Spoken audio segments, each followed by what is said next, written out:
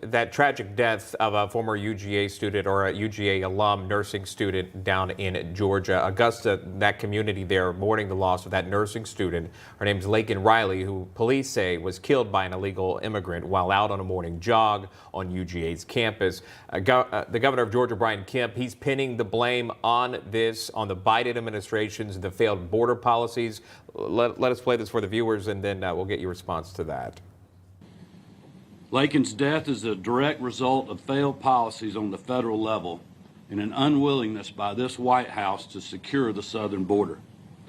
We need to demand better from this administration, and that's something that I've been doing since I've taken office, along with other governors across the country. So the suspect has been charged behind bars, awaiting trial. He came across the country illegally through El Paso. We know this again from court documents. This is him here as released from the Clark County Sheriff's Office.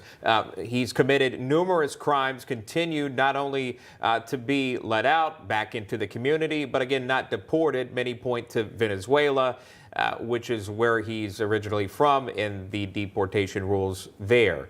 But either way, here we are today with the death of a young college student, a grad student here. A campus is mourning, friends, family mourning this. And again, many are pointing that border policies, if they were enforced, this would never have happened. Your thoughts on Laken Riley's death, sir? Yeah. Well, I think we should all pause and mourn with this family and grieve with them as well. A beautiful nursing student, something near and dear to my heart as a physician. My wife's a nurse. Just a tragic loss, and this didn't have to happen. Laken is going to join 300 Americans that'll die today from fentanyl poisoning. These deaths, the blood of Laken Riley, the blood of the 300 fentanyl victims today, are on the hands of Joe Biden. And this is going to be a recurrent theme. This assailant is one of 200,000 Venezuelans that Joe Biden has illegally paroled them across our border. A very violent group of folks. They're not sending us their best. They're sending us their violent criminals. Again, this is one out of 200,000 Venezuelans that Joe Biden has illegally paroled. And this is why I just caution everybody. This is why the safety and security of families is the #1 issue across America, even in a state like Georgia, a state like Kansas, in the heart of the Midwest, that we are fearful for our lives. We live in a lawless country now, thanks to Joe Biden. We have open borders. We have defund and disrespect the police. There's cashless bail. There's smash and grab. All these things are part of this lawless society that Joe Biden has perpetuated. Isn't this just another example, sir, of what could encourage members of Congress and the Senate to take action to address this crisis in our own country right now? Is there an executive action you would recommend the president look into even before Congress takes action?